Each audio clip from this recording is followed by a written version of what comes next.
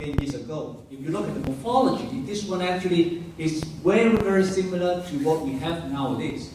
So you can see how much it changes with time, right? So actually, that's why people also call it a living fossil. And of course, right now, we have 4 species of horseshoe crab on Earth, including 3 species in Asia, right? The giant horseshoe crab, the Gyges, take a please. And we have the Chinese horseshoe crab, the Tridentatus, and also the Cassimoscopius rodendicoda. And there's an American species. Okay, this is the distribution of these species. So in the American horseshoe crab, they basically distribute on the eastern coast of United States and also in Yucatan, Mexico. And the other 3 species, what you can see, the distribution is quite similar, except that the Tridentatus actually is distributed much north, right? Say including in Japan and northern China. But for the other 2 species, they are basically restricted to the more southern part of Asia as well as India. Okay. And of course, there are some significance of this horseshoe crab because first of all, it's important for the study of vision, and because of that, Dr. Hartline received the Nobel Prize for his discovery, right? In the image formation in horseshoe crab, and received the Nobel Prize. But of course, after hearing the talk yesterday, we also know that the horseshoe crab has another biological significance because this is as delivered by Dr. Hui, right? The horseshoe crab is the only invertebrate that has the whole genome duplication, which only occurs in vertebrates. But there's only single group of animals in invertebrate, that is horseshoe crab, which have such interesting evolution development. Okay, and of course we know that horseshoe crab is more important basically because its blood is very precious, right? For production of this kind of, we call it LAL, and because this is an important drug for detecting the endotoxin, right, which is used in checking the contamination of the pharmaceutical products. And horseshoe crab basically, of course, they're marine animals living on the seabed for most of the time when they mature, but during every mating season, they come to the shore during summertime and go to, during high tides, to move to the highest shore where they lay the eggs, and the eggs hatch and become the juveniles, and the juveniles may live on the shore for more than 10 years before they go into the sea and live there for the rest of their time. So I'm now just going to tell you something about what we have been doing in the past, right? So the story begins here. Basically, before year 2007, most of the work that people know, right, on horseshoe crabs, they come from the United States. We seldom heard people working on horseshoe crabs in Asia, although you may know that it's very localized. You may know what other people are doing in your own country, but you don't know nothing in other countries what people are doing, right? And so because of that, in year 2007, the professor in Darling College, John Tanacredi, organized the first international symposium on the horseshoe crabs conservation. Which actually he would like to have the people, especially people from Asia, and to talk among us, to share our information and also experience on the conservation of horseshoe crab. So that's why they organized this first international symposium in year 2007. And so this photo is 10 years, right? So I'm 10 years much older now. So for those who work on horseshoe crab, maybe you know this guy. You know, right? This is Carl Schuster. We call the father of horseshoe crabs because he is the pioneer in horseshoe crab research in the United States. And in this, the first symposium, actually, there are several countries in Asia joining this symposium, including China, Hong Kong, India, Japan, Malaysia, and Taiwan. Okay, and after the symposium, actually, there's a trip, very interesting trip to the Delaware Bay. For those who work on horseshoe crab, you know Delaware Bay is the area where we have the highest density of horseshoe crabs, right? And in summertime, you can see actually they come to the shore and spawn, right? It's such a very interesting and attractive biological phenomenon. And actually, we went there to see how people they tag this animal and do this population samplings. Okay, so after this symposium, they invited the papers presented, and which they published the papers in the first book on the biology and conservation of horseshoe crab by Springer in year 2009. And then after that, because of the success of this symposium, so people from Asia and also United States think that maybe a good idea, right, to have this kind of collaboration and discussion among people from different countries, especially from those from Asia. So eventually I think that maybe this time maybe we better to have a conference or symposium held in Asia, because actually, frankly speaking, Asian horseshoe crabs are facing much more threats than the species in the United States. So that's why it's better to have the conference held in Asia. And because of that, we decided to organize the committees right in Hong Kong by the City University of Hong Kong. And we held it in the Hong Kong Valley Park, a very nice place for those who came here.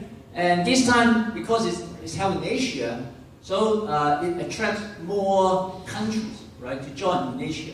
So this time, in addition to those countries which joined in the United States Symposium, we have Singapore also joined. And also we know more peoples and develop much better relationships and collaborations. And then there's also after workshop field trip, which is to Taiwan, because there's a research station where they culture the horseshoe crabs in large numbers, and also they have reserve, right, for keeping the horseshoe crabs. In addition to that, actually they actually organized a special exhibition in the aquatic laboratory. It's the marine laboratory in Kaohsiung, in Taiwan. And actually our members actually were invited to join this opening ceremony of this exhibition on the horseshoe crabs in the marine laboratory. And then because of the success of these two symposia, actually we think that maybe better to set up a committee, right, so that we can work together and eventually to develop more effective ways to conserve horseshoe crabs. So because of that, actually we would like to establish the IUCN species specialist group. The reason being that if we really want to conserve a species, we have to raise its level, right, to such a level that arouse the attention and interest of the government as well as other stakeholders. And IUCN, of course, is the most important and powerful organization in, say, ranking the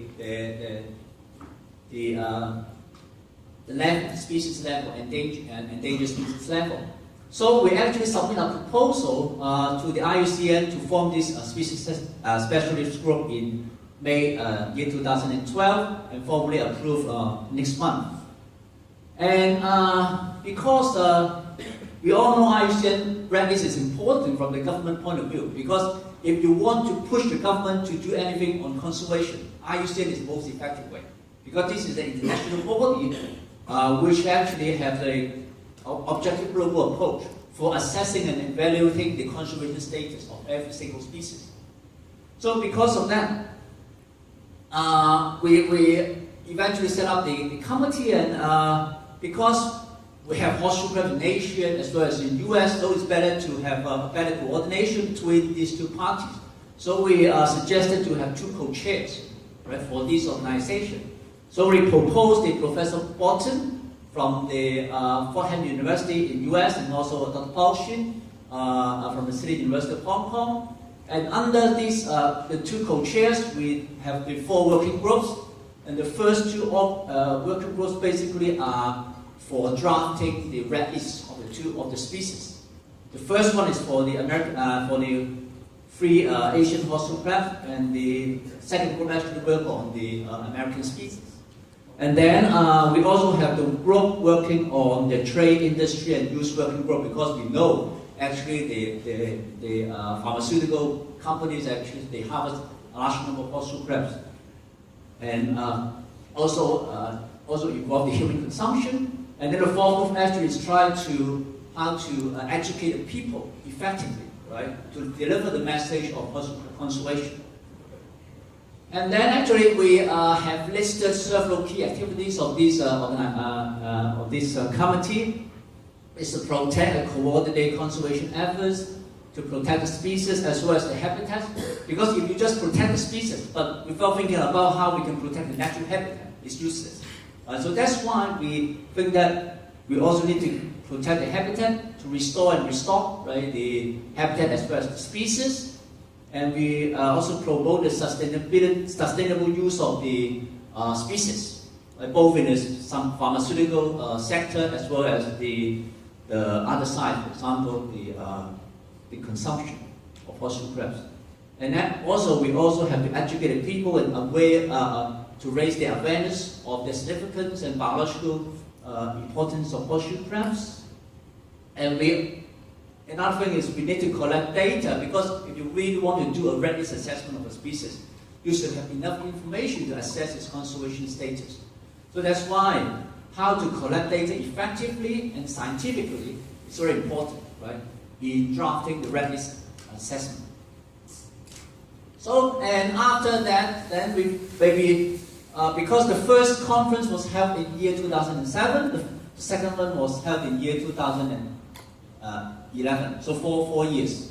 So it thinks that may be too long, right, for us to meet together to discuss the strategies and all things like that. So we better to propose maybe we can have smaller meetings between those large conferences and workshops.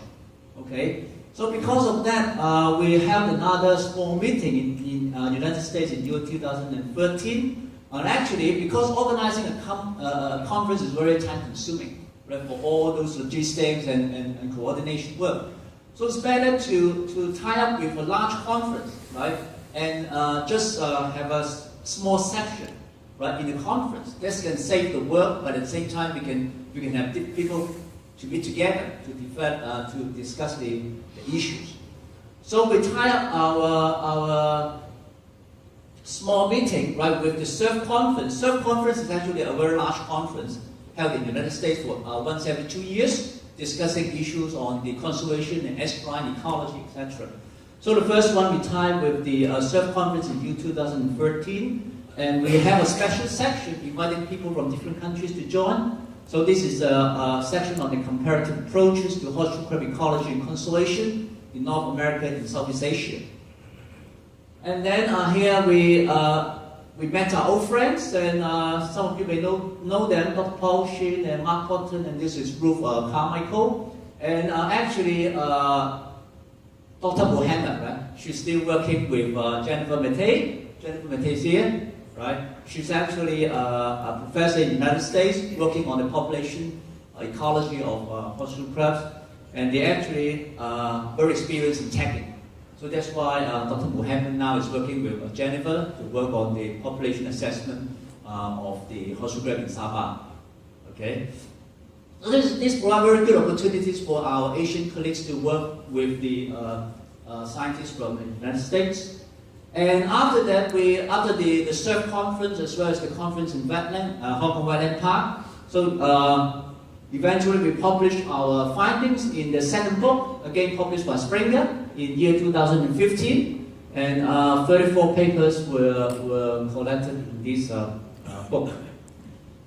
And then, of course, after that, we think that, okay, because of every 4 years' time, we would like to have a larger meeting to review what we have done.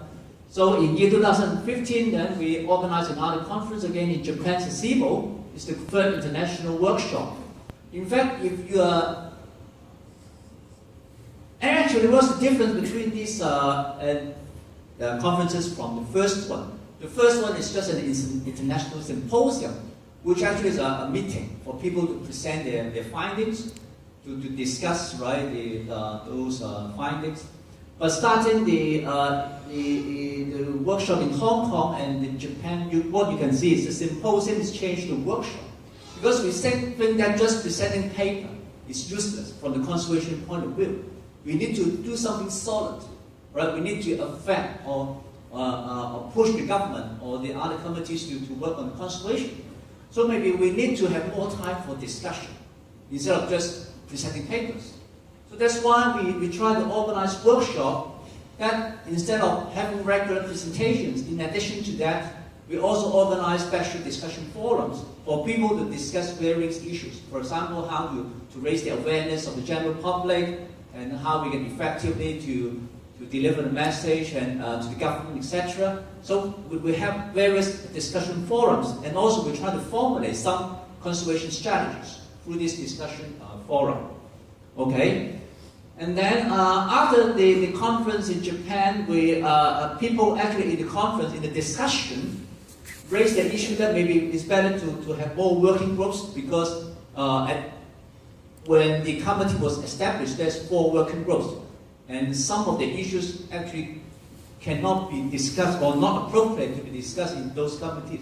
So we're better to set up another 2 working groups, mainly deal with the issues on habitat protection and restoration as well as monitoring. And then we also agreed in this workshop that some kind of workshops should be held every 4 years. So this is a long-term plan of the committee. And then, so many of you, I guess, have joined this conference in Japan in 2015. And here you'll see more and more countries actually, they now participate in the workshop, and including the newcomers from Indonesia, Philippines, and Thailand. Okay. And then, as agreed, we also plan to have small meetings in between the big conferences. So in year 2017, this year, so we will have a small meetings in Rhode Island in November, and also under the SURF meeting, right? The SURF conference as a small section. And this time we have the section on linking species and habitat conservation for global horseshoe crab populations. And we also will meet some of the friends and newcomers to discuss those issues. And then it's nice to see that in addition to that, right, today we also have this very important conference and for our friends from different countries to meet and also discuss issues. So we have the conference here, and 2 years onwards you will have another workshop, bigger one, right? Again, every 4 years, that will be held in China this time, okay, in Guangxi. Guangxi actually is the area with the largest horseshoe crab populations in China, and of course they are also facing a very problem of conservation. And actually, we received a proposal from various countries, and eventually we have selected China, and we have the discussions among the committee members about those the advantages and disadvantages of holding the workshop in different countries, and eventually we have voted. Okay, it's very fair. We have voted, and then eventually we select China as the place for the next workshop. So in addition to those conferences and workshop, so what are other achievements of the species specialist group in the past? I just want to give you some ideas. First of all, is in the United States, although the horseshoe crabs are not so endangered as those species in Asia, but they have the problem is basically quite a number of the horseshoe crabs in the US actually are used as bait, because they chop the horseshoe crab into pieces as bait to catch those conchs, right, the big shells. And they collect those big shells, of course, not for local consumption, because the Americans, they don't like these big shells. They sold to Asia, in China, okay? And but because of that, they have to use a large number of horseshoe crabs. But of course, the harvesting of horseshoe crabs in the United States actually is regulated, right? There's law to regulate the number harvested every year. And because of that, of course, there's some illegal cases. The horseshoe crab preppers actually, they collect the horseshoe crabs illegally, and they were caught. Okay, so that means there's a great demand of the horseshoe crabs in the United States, right, as bait. But because of that, right, they change the way they collect horseshoe crabs is instead of getting horseshoe crabs directly from the United States, why not importing horseshoe crabs from Asia? Because they got so many horseshoe crabs. Okay? So because of that, actually, the Asian species have been imported to US, right, since year 2011 to meet the demand from commercial fishermen, right, as bait. And in year 2012, the New York State actually, they have received the Asian horseshoe crabs, right, more than 16,000 pounds. So, and there's a growing demand. So that means in Asia, we are not just facing our own problems. We are also facing the problem of exporting the horseshoe crab to US to meet their demand. So how can we deal with this issue? Because it's an issue in US. We can do nothing, right? So this time, eventually the species specialist group has its role. Actually, where we sent a letter of concern of importing the horseshoe crab to US, right? And this letter was sent to various partners, including the U.S. Fish and Wildlife Service and also the Atlantic State Marine Fisheries Commission. Actually, this ASMFC is the organization which looks after all the states, right, along the Atlantic Ocean, deal with the conservation of horseshoe crabs. And actually, they don't give the reason is because in fact it's not illegal to import Asian horseshoe crabs to meet the base demand. There's no law against the states in doing that. So how we can solve that problem? Actually, we suggest that maybe we can use other reasons. First of all, if you import the Asian horseshoe crabs, this may affect the local horseshoe crabs because these horseshoe crabs may carry some pathogenic, say, bacterial viruses that may affect the local species, right? And another point is the horseshoe crab itself, although they are frozen, right? They are not alive, they are frozen. But on their shell, they may carry some biotas. And these biotas may eventually become invasive species to the United States. They harm their local species. So based on these reasons, they think that importing horseshoe crab may be harmful to their local ecology. So we use this kind of strategy to convince the people in the United States that it's no good to import the Asian horseshoe crab. Not because saving the horseshoe crab in Asia. Because it's not the issue of the United States to save your horseshoe crabs, right? But rather, if your horseshoe crabs actually they harm our local ecology, that's the issue to the United States. Right? So that's how we play the game, okay? And eventually, this is successful because of our action, the ASMFC approves the resolution to ban the import and use of Asian horseshoe crabs as bait. So they are not allowed anymore to import Asian horseshoe crab as bait to the United States. So because of that, actually, the IUCN written a letter to us saying that this is a very good example to see how this the specialist group can play, right, in this game, and by drawing our expertise, we can play a very important role in addressing these complex and controversial issues. So that's how the species specialist group can help in the conservation of the species. And in addition to that, I hope you still remember it because we have 4 working groups. One working group is work on the risk assessment of the American species. And then eventually they have done a very good assessment of all the horseshoe crabs along the eastern coast of the United States because there are separate populations, and they assess each population individually and come up with a conclusion about the conservation status of the American horseshoe crabs in general. And they have published a paper. Of course, if you're interested, you can get a copy, right? Published in Review of Fish and Fisheries, Biology and Fisheries, right? It's a regional assessment of the horseshoe crabs in the United States, okay? And in the assessment, actually, we came up with a conclusion that actually there's a problem of the horseshoe crab in some regions in the United States, of course not all the states.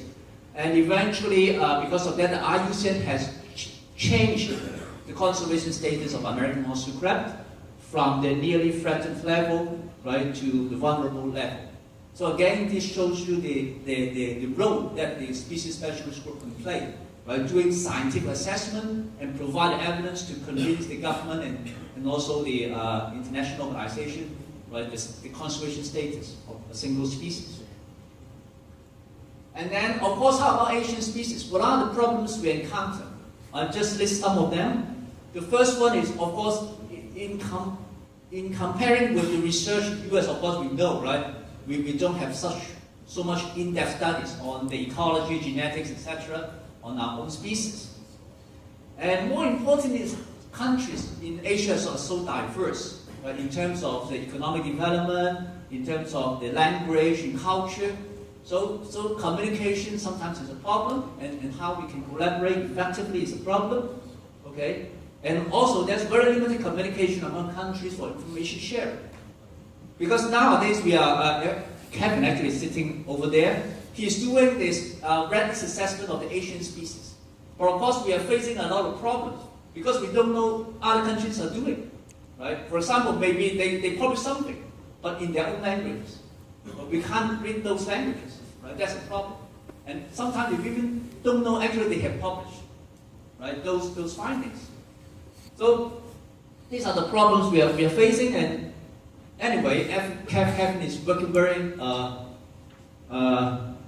nowadays working on this readiness assessment, and hopefully, right, we can have this assessment, at least the first draft, to be ready in the near future. And maybe we can talk with Kevin for more about, and he is going to give a talk on the readiness assessment of the Asian horseshoe crab today. Okay, so in fact, the species specialist group has identified several threats of the Asian species that we have to look into. The first one is the loss of spawning nursery habitats.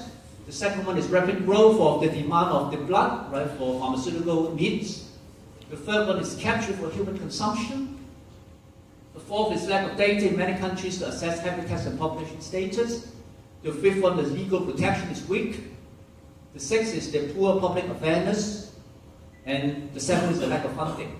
These are the problems after going through so many discussions in the workshops, right, from people from different countries. These are the major problems we are facing with for the Asian species. So that means in the future we have to solve those problems. We need to sit together and discuss some effective strategies. Another problem actually is not mentioned in the list, actually is global warming, right? Because this is quite unknown, right? We don't know how to assess. But actually, there's a single study so far we know talking about how global warming affects the horseshoe crabs, okay?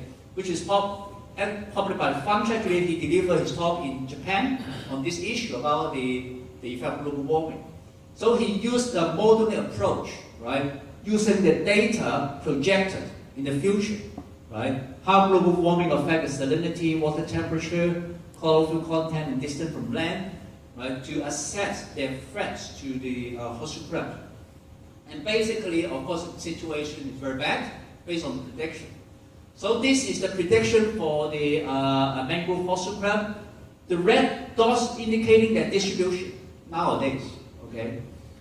But you can see in year 2050, all those red dots actually are gone, where with only sparsely populated populations in isolated areas. So the range of distribution is much restricted.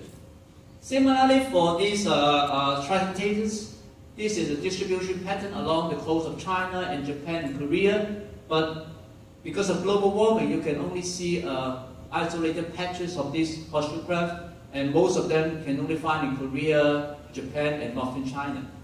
Okay.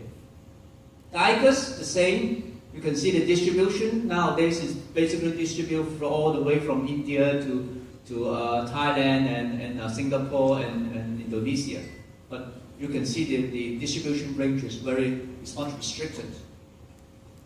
So based on that, I just want to share with you some work we have been doing in the past in Hong Kong. Hong Kong, of course, is well known as a cosmopolitan city, right? So beautiful because of the high rise. But of course, we also have very beautiful natural sceneries, okay? And we have a number of beaches. So we did some population survey to see where they distribute. So this is Hong Kong. This is the airport where you arrive normally, right? This is the international airport. So the horseshoe crab, basically, we have two species, the mangrove horseshoe crab and the tritontators. and we have them distributed either on the western coast or in the northeastern coast of Hong Kong. Okay? And in year 2005, we started doing our work. First of all, is on because we try to enhance the population of Hong Kong, we did some individual fertilization, and also we also tested the electrical stimulation methods. Although they work, but it's not so effective. We can't collect a large number of eggs, right, for spawning purpose. So eventually we successfully keep them in the lab, and they undergo spawning naturally in year 2007. So started that time, we start to produce the juveniles using the natural spawning. And luckily we got funding from the Ocean Park Conservation Foundation starting year 2009. Until now, we're still working on this project. So this is an education outreach project working with the Ocean Park as well as the secondary schools. So we try to breed the juveniles, and then we deliver the juveniles to the schools, the secondary schools, to keep the juveniles for, say, about half a year. And then after that, they release the juveniles to the shore together. This is a very successful campaign. So every year we have about 30 secondary schools joining the program. And in the program, of course, not just the rearing part, we also have their lectures, as well as the school kids will also spread the message of horseshoe conservation in their own schools. And also during open days, they invite the general public to go to their school to share their work. And we also did some tracking of the horseshoe crabs. After we keep them in the lab for some time, and then we put some tags, right? This is a kind of microchip tags in their body, and then try to track those animals in the wild after we release them to see whether they still survive and whether they grow happily. We use this kind of techniques. And then of course, community education. In the program, students are also asked to do some cleaning on the mud flat, because the mud flat, the condition of mud flat also affects the survival of the juveniles. So that's why, in addition to rearing, we also ask the students to, the Ocean Park also work together with the students on the mud flat cleaning. And some students even publish the books on their experience of rearing horseshoe crabs. So this can spread the message around to the general public. And then in year 2014, we also established another union with mainland China and in Guangxi. And so that's why they start doing the conservation work with us. And also we'll have another workshop in year 2019. And because of that union, they also started spreading message in their own communities, and their university students also organize these conservation workshops and activities for the general public. And in Hong Kong, of course, after so many years of work, we eventually identified the horseshoe crabs mainly distributed on the western coast of Hong Kong and northeastern coast. So because of that, we proposed to the government that maybe we can set up some protected area for the conservation of the horseshoe crabs. So we suggested 3 areas where we have the highest density of the horseshoe crabs. Okay, community outreach. In addition to rearing project, we also deliver public talks, just like this one held in Hong Kong Wetland Park. We also invite the kids to our lab, and also this is a school of the elderlies. Okay, they retire, they have a lot of time, and they want to do something, learn something new, and then they would like to come to see our horseshoe crabs. So we also invite them to join, and they're actually very enthusiastic in the horseshoe crabs, and sometimes they're even more passionate, right, than the students. Okay, and then we also held some exhibitions with the Ocean Park in shopping malls to deliver the message of horseshoe crab conservation. And also we published an educational guide, which is actually supported by the Ocean Park Conservation Foundation to give the message and introduction to the horseshoe crabs, of the horseshoe crab to the public. It's for free. And then because of that, now we have a little bit of success in the conservation of horseshoe crabs in Hong Kong, because nowadays more and more people know about the horseshoe crabs, their significance, and where they distribute in Hong Kong, what are the problems they're facing with. So this is one of the projects near the Hong Kong International Airport. This area is proposed to build housing estates And because of one of the reasons is because of the horseshoe crabs, where we have 2 species of horseshoe crabs in this area. So the government eventually abandoned the plan of reclaiming this area. So we can have the horseshoe crabs not to be removed because of this reclamation. And more encouraging is this one is the government just released the Hong Kong Biodiversity Strategy and Action Plan called BSAP. Of course, now we know many countries, they have their own plans.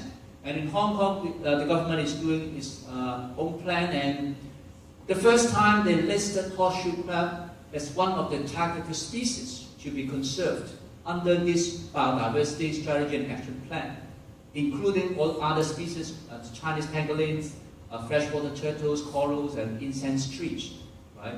So it seems that nowadays the government, although we haven't done any assessment so far, right? We haven't raised the conservation status in the IUCN, but because we have spread the message to the community, the government, nowadays they know the significance of horseshoe crabs, and they think they have to do something on that.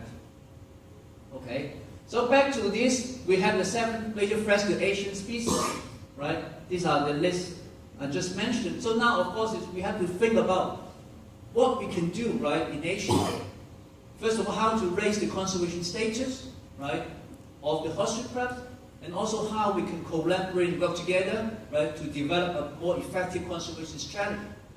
So these are the things that I think our species specialist group may help, right? The first of all is we actually can provide a platform for sharing of information experience among countries in horseshoe crab conservation, okay? And we have the colleagues from Asia, from different countries, as well as from the United States, and also some colleagues from Europe. And we are also preparing submission for Southeast Asian horseshoe crab IUCN red list. Of course, it's important if the colleagues here, you know, right, what other countries or what your country is doing, and of course you can also work with us, right, to give us the information and to do a more realistic assessment. And then we also can provide expertise in addressing complex and controversial local conservation issues. That's just like what we have, right, in the US example, right? How the problem of importing the horseshoe crabs to the United States. And of course, we also help organize conferences and workshops and publish research findings. So I think this is today actually provide a very good opportunity for us to discuss in the afternoon in the discussion forum that how we can address those issues and how the species specialist group can help. And hopefully we can work together, and just like what Albert Einstein mentioned earlier, right, in the middle of every difficulty lies opportunity. So I think today actually is a very good opportunity, right, for us to think of effective conservation measures. So I think I have to stop here, but I welcome any questions. Thank you.